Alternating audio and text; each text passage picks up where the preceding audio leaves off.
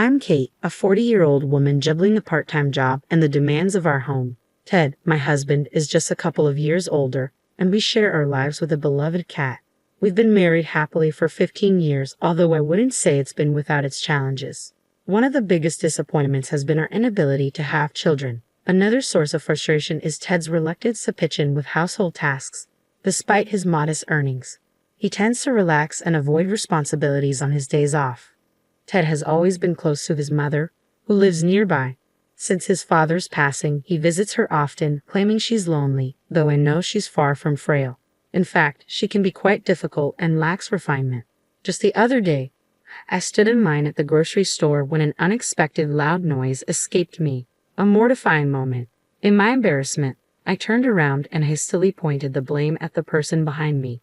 My mother-in-law found this incident amusing and began sharing her own shopping anecdotes. Ted, my husband, joined in her laughter, but I couldn't share their amusement. I found her behavior distasteful and couldn't reconcile myself to the fact that she was family. Her unpleasant demeanor left her with few friends, and it seemed like her main pastime was making life difficult for her daughter-in-law. If it weren't for our strained relationship, I wouldn't mind visiting my in-laws. However, I doubt any daughter-in-law would willingly engage with such a character. Even Ted's older brother and his wife, Rose, who used to live in the same house with her, couldn't tolerate her and eventually moved away. It's not hard to see why. Living with such a mother-in-law would be a daunting challenge, especially after Ron, Ted's brother, passed away. Despite Rose's patient and tolerant nature, she too found her difficult to bear and chose to distance herself. I can only imagine how much she must have endured. Rose wanted to create some distance, but her somewhat pampered husband wasn't keen on moving too far. As a result, the three families now live separately but close by. It makes me wonder if all the brothers are Mama's boys. What could possibly be so appealing about a mother-in-law like that? Even if I had to reside under the same roof as her, I could manage it if it were in separate living quarters. However, when she recently summoned me to discuss family matters, the contentious issue of living together came up again. I think it's time for us to consider living together, she said, sparking a heated debate. Live together? When can you guys move in? Just as I thought she had gathered us to discuss something else, she abruptly brought up the idea of living together. What surprised me even more was her assumption that it was already decided and she was jumping straight into discussing moving and dates. I was taken aback. Wait a minute. Hold on. I don't want to live together, I blurted out. I've seen how much trouble Rose went through, and I don't want to go through the same. I'm not asking you, I'm asking Ted, she retorted sharply, brushing aside my clear refusal to consider living together. My objection seemed entirely disregarded, despite the fact that I would be directly affected by such a decision. Well, I don't mind living together, Ted chimed in unexpectedly. And when it comes to taking care of Mom in the future, it would be easier for Kate if we're all under one roof, wouldn't it? I couldn't believe Ted had agreed to this so readily, assuming I would take on the caregiving responsibilities in the future. Take care of you? Are you serious? I exclaimed, incredulous. After all the difficulties you've caused Rose and me. Her expression soured at my response. Oh dear, that sounds rather harsh. I was just offering some guidance as your elder in matters of health and family. Education. Is she really the one to talk about education? I mused silently. Regardless, I have no intention of living together or taking care of you. If you insist, I will file for divorce, I stated firmly, startling Ted. Whoa, wait, divorce over this? Ted reacted, clearly flustered. Considering divorce over being coerced into living together and caregiving without regard for my feelings is not unreasonable, I asserted. I have a job and stable income, so I'll manage just fine even if we separate. Ted was left momentarily speechless. Well, if Kate truly doesn't want to, then I suppose we'll have to ask your brother and Rose to return, she interjected, causing Rose to panic. Oh, I can't live with my mother-in-law again. It would be detrimental to my mental health. Absolutely not, Rose exclaimed, clearly distressed. However, this time her husband attempted to soothe her. Calm down, Rose. Mom may have been tough on you in the past, but it was out of concern for you. She regrets it now, he reasoned. Regret? I haven't seen any signs of regret from her at all. Rose retorted, clearly unconvinced.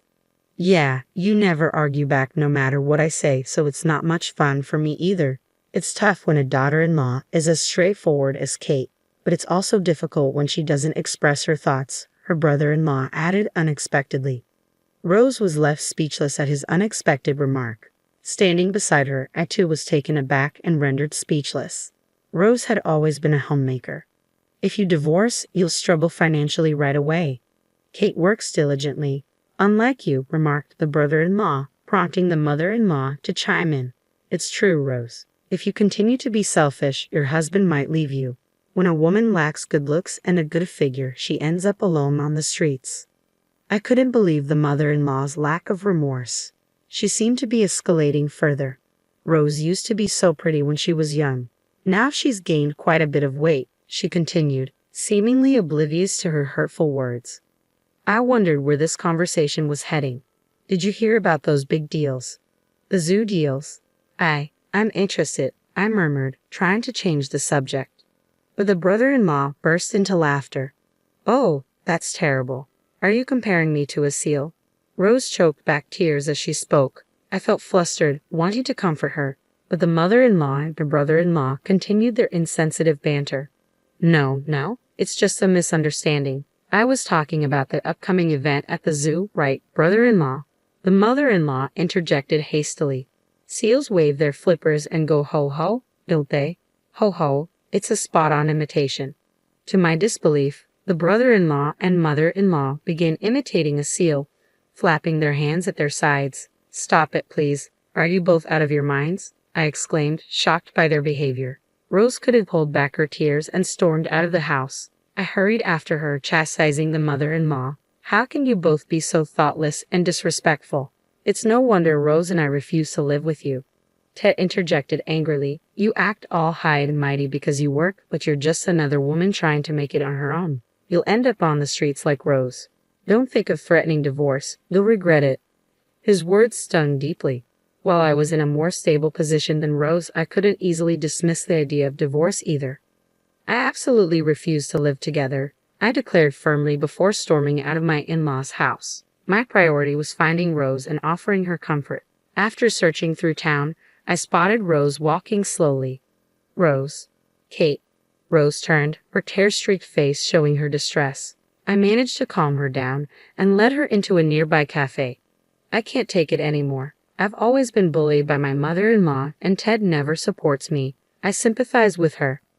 Yeah, both brother-in-law and Ted are such mama's boys, Rose sighed in agreement. It's not just the bullying from my mother-in-law. I can't tolerate his cheating anymore. And even worse, my mother-in-law is helping him cheat, Rose suddenly confided, catching me off guard. Wait, hold on. Brother-in-law is cheating, and your mother-in-law is in on it? How did this happen? I asked, stunned by the revelation. He's been seeing someone else for a while now. He claims he's visiting his mom, but he's actually out with his mistress. His mother covers for him, creating excuses and lying to cover his tracks, Rose explained tearfully, pouring out her emotions. Oh! My heart went out to Rose. She was not only enduring mistreatment from her mother-in-law, but also betrayal from her husband. It was a heartbreaking situation for her.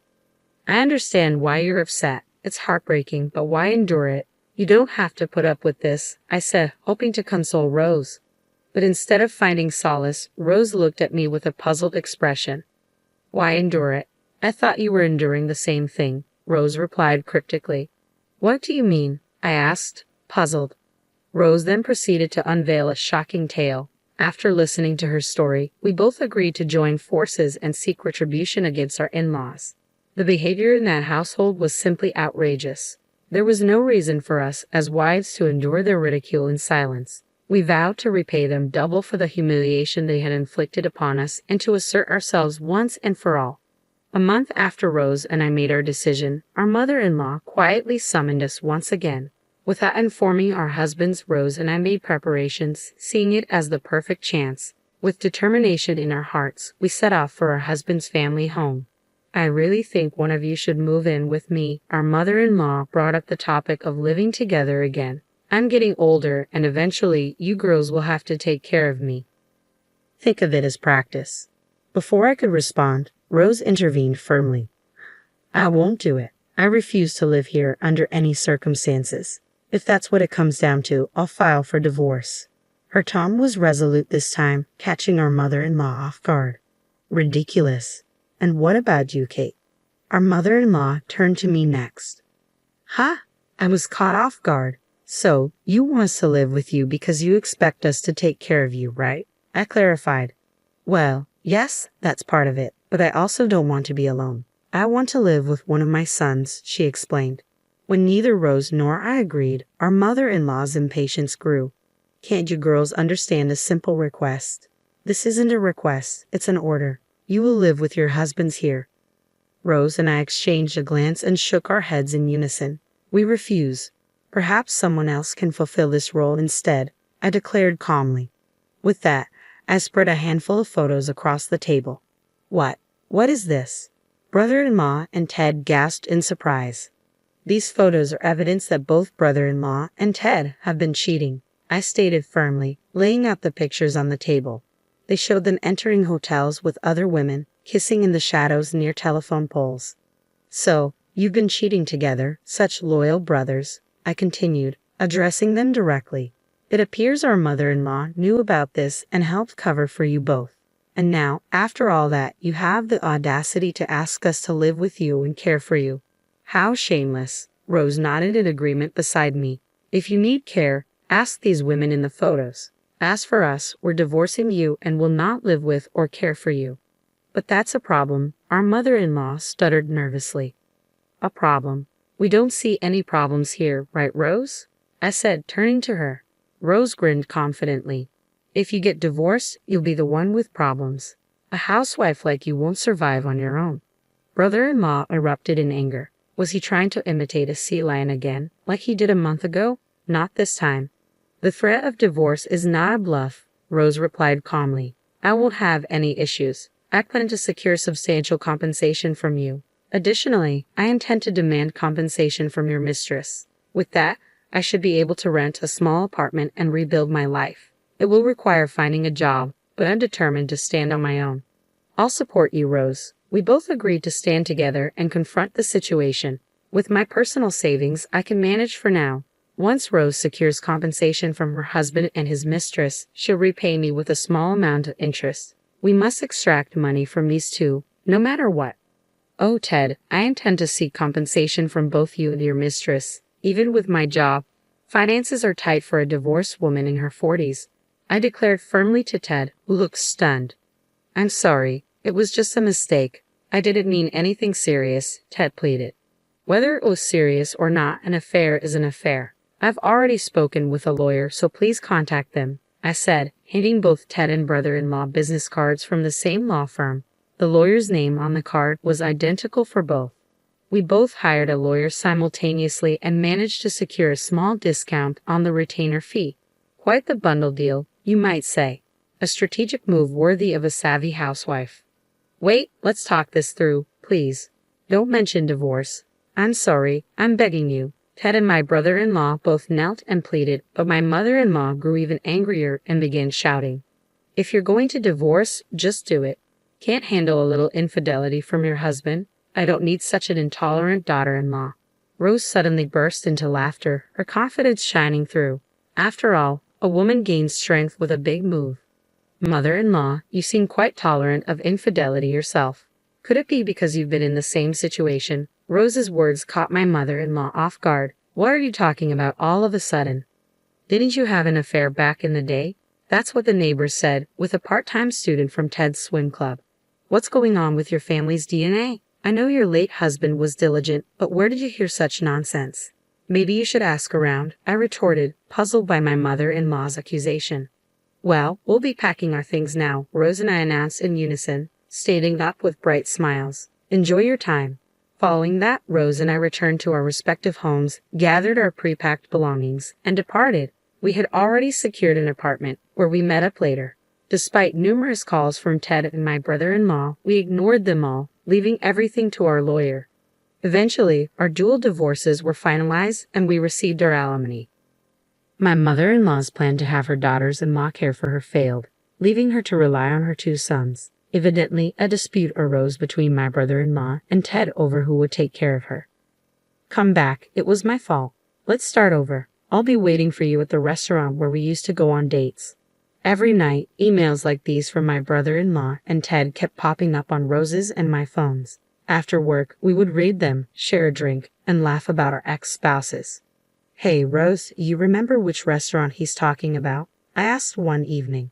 "I'm not sure. The restaurant where we used to go has been torn down. I wonder where he's waiting," Rose replied thoughtfully.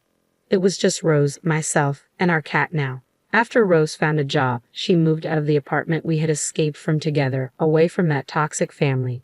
Despite living separately, we remained close, supporting each other as friends. As I stroked my beloved cat and sipped my coffee, I savored the peace of my new life.